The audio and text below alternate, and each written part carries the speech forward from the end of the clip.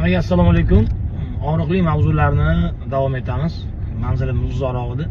Bir yildan beri shu haqida video qilaman, ozgina gapirib o'tishim kerak dedim. Hech o'zimda jur'at topa olmayotgandim. Biz kadrlar ham qo'yaman. Lekin o'sha kechki payt men bu baliq mavzusidan keyin o'sha to'g'risida chidolmadim, shuni gapirmasam bo'lmaydi. Hurmatli mashinani ichida laganlar bilan yo qatlardadir laganlar bilan oshalab go'shtlarni, qanaqadir qimmatbaho ovqatlarni yeyotgan, shuni orqasidan video qilayotgan, kontent qilayotgan blogerlar. Ayniqsa hozir kadrlarini qo'yaman, juda ko'payib ketibdi. Bir o'zim bir 100 tadan ko'pini ko'rdim. 100 xil ayol kishini baliq yegan videosini ko'rdim. O'sha trenddagi balonni yeb ko'ramiz. Voy. Biz sizlar bilan eng trendga chiqqan baliqmiz. Bu trendni qaytarmasam bo'lmasdi.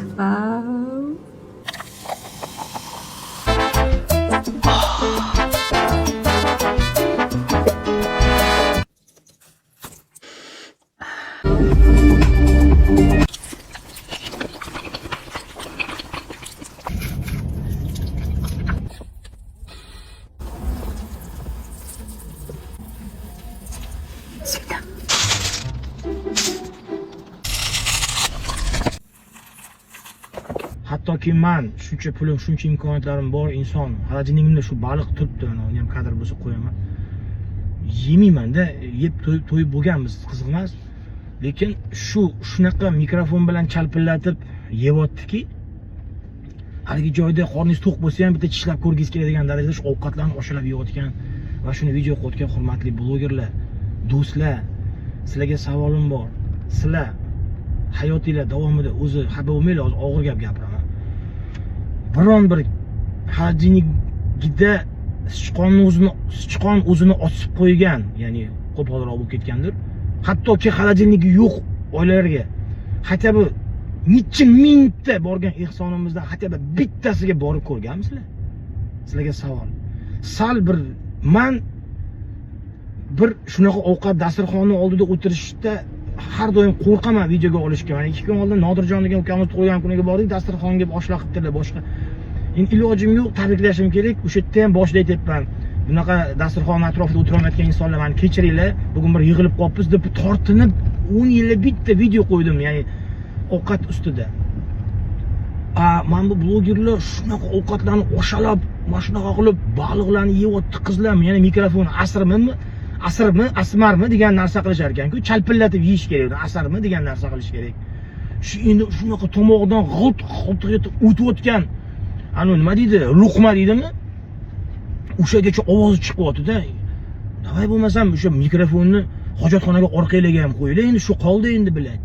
Orqalarga qo'ysanglar, biz ovozini eshitardik, yozib lentaga qo'ysanglar, prosmotr ko'proq bo'lardi. Kimlardir no'g'at sho'rvani, kimlardir osh, kimlardir balig'iga chiqardi.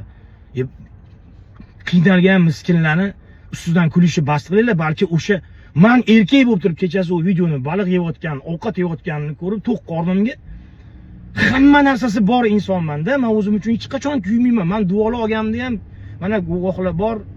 Ehsonga men o'zim uchun duo qilmang, onajon, men hamma narsam ortig'i bilan deyman-da. Men shu farzandsizlarga farzand so'rayman.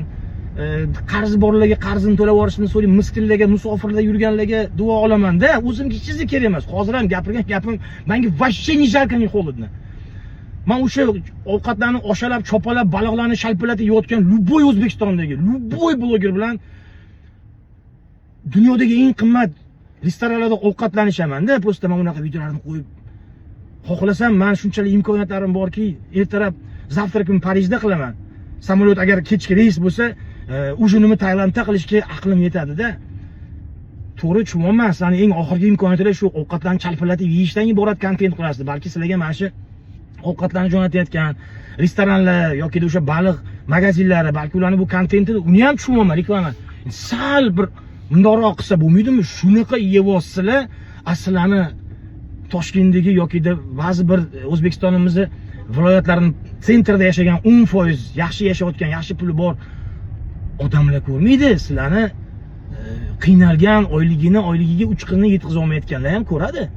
Xarajatligini ochsangiz, xarajatlik hech narsa yo'qligidan o'chirib qo'ygan oilalarni men har juma 2019-yildan beri karantindan oldin boshlaganmiz. Sardobaga suv toshqindan beri bilasizlarmi, men 2000 ta insonni uyga kirib chiqqanimni. Sizlar xatabi shu baliqlarni do'konlardan jo'natayotgan boshliqlar, direktorlar, shu restorandagi, choyxonadagi ovqatlarni chalpillatib yeb bergan mashinani rullatib berayotgan shu choyxonaning direktorlari, xatabi sizlar o'zingizlarni shu tiladan 1 oy, 2 oy, 3 oy to'xtovsiz bironta kambag'alni bola chaqasi bilan bo'ynilarga olgansizlarmi? Mayli, buni urushib beryapti aziz demanglar, men sizlarga urushib berib, qattiq gapirish niyatim yo'q. Prosta haligini ikki qat ayol ko'rib qoladi kechasi, imkoniyati yo'q ayol ko'rib qoladi, boshqa ko'rib qoladi. U misol uchun xarajinligida sichqon o'zini osib qo'ygan bo'lishi mumkin-da. Shunaqa xarajinliklar bor, ochasiz bitta turib bilan bitta sholg'om, bitta tamat turgan bo'ladi-da. Haligini zavtrikka saryog'i ham, boshqasi ham bo'lmaydi. Bu ularni ham qo'lda internet bor, endi megabayt bir olib qolganda bunday videolarni ko'rib qolsa, endi sal evi bilanda sal o'ylanglar. Iltimos, men yomon negativ deb o'ylamanglar. Mayli, men ham misol uchun kontentlar qilaman. Misol uchun men ham sog'lom odam bo'lsam, men ham tashag'im bilan mashina tortmasdim. Rekordlar qilaman. Endi men yo'nalishim boshqa, u sport, u meni ishimdan hech kimga zarar yo'q.